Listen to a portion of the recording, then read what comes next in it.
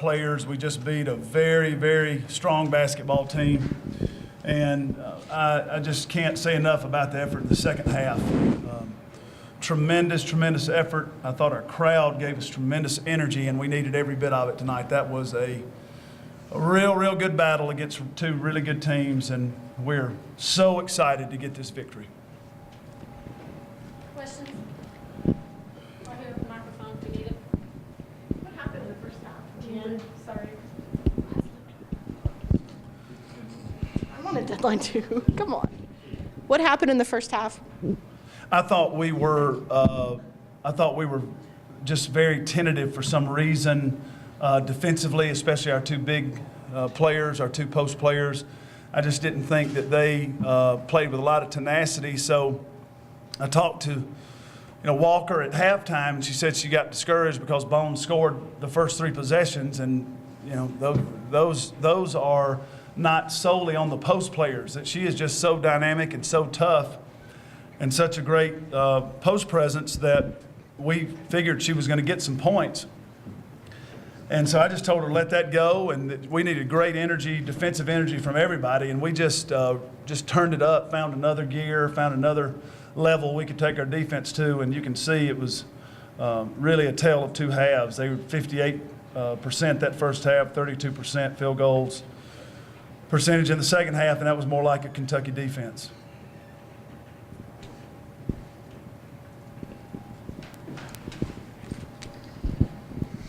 Adi and Jen obviously really carried the load on offense, but talk about what Bria Goss did in the second half on defense, pressuring the ball. Just our game plan was to make Texas A&M handle pressure for 40 minutes. And we didn't do a lot of trapping tonight in the second half, but we really believed if we could just play real tough and persevere for 40 minutes, we could win the game, and that's exactly what she did. She was very tenacious on the basketball, made it very difficult for Texas A&M to make plays. And you saw how dynamic they are when they're fresh and early in the game, and we were down 8 points or so, maybe 10. I don't remember exactly what it got to, but I knew they could make some plays. We just had to hang in there and stay with it, and we eventually were able to turn the tide. But she was fantastic defensively, and we would not have won without her. Coach, you've talked a lot about how important it is to defend your home. Now you guys get the record. I know you obviously don't want to stop at 31, but just talk about what that means tonight to get that. Well, I said this before the game. The celebration tonight will be that this particular team prepared well and executed well enough to beat a really good basketball team. So that's what we're celebrating tonight. And I just can't tell you how much respect I have for Texas A&M and how tough I knew they were going to be and how tough I knew we would have to be to win. So to be sitting here victorious tonight just makes me a very proud coach. We had some tough plays that our players were willing to make tonight. Normally, Matthew, you have a little bit more depth, but you've got some injuries, and Asia Bishop on the sideline, Megan Ford has been out. So what about that with your team responding?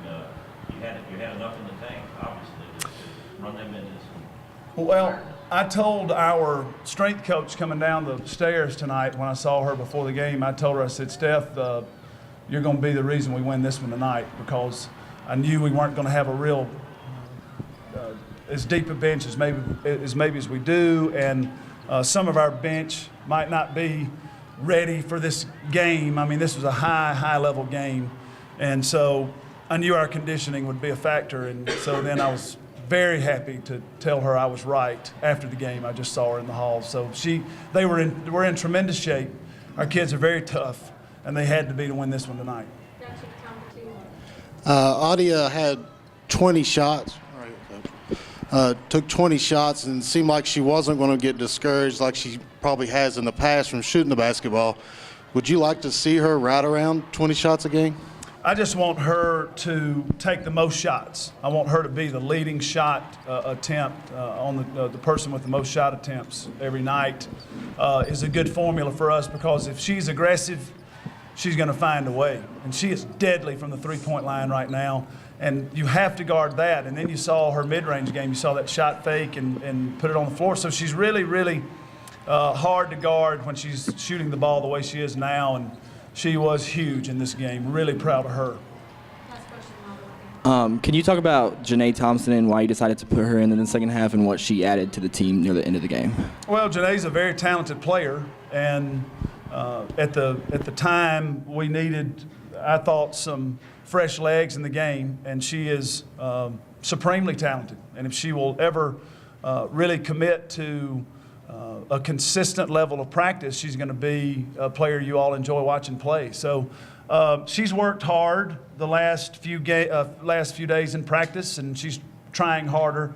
And so hopefully that will be more consistent, and then we will have a really good player on our hands.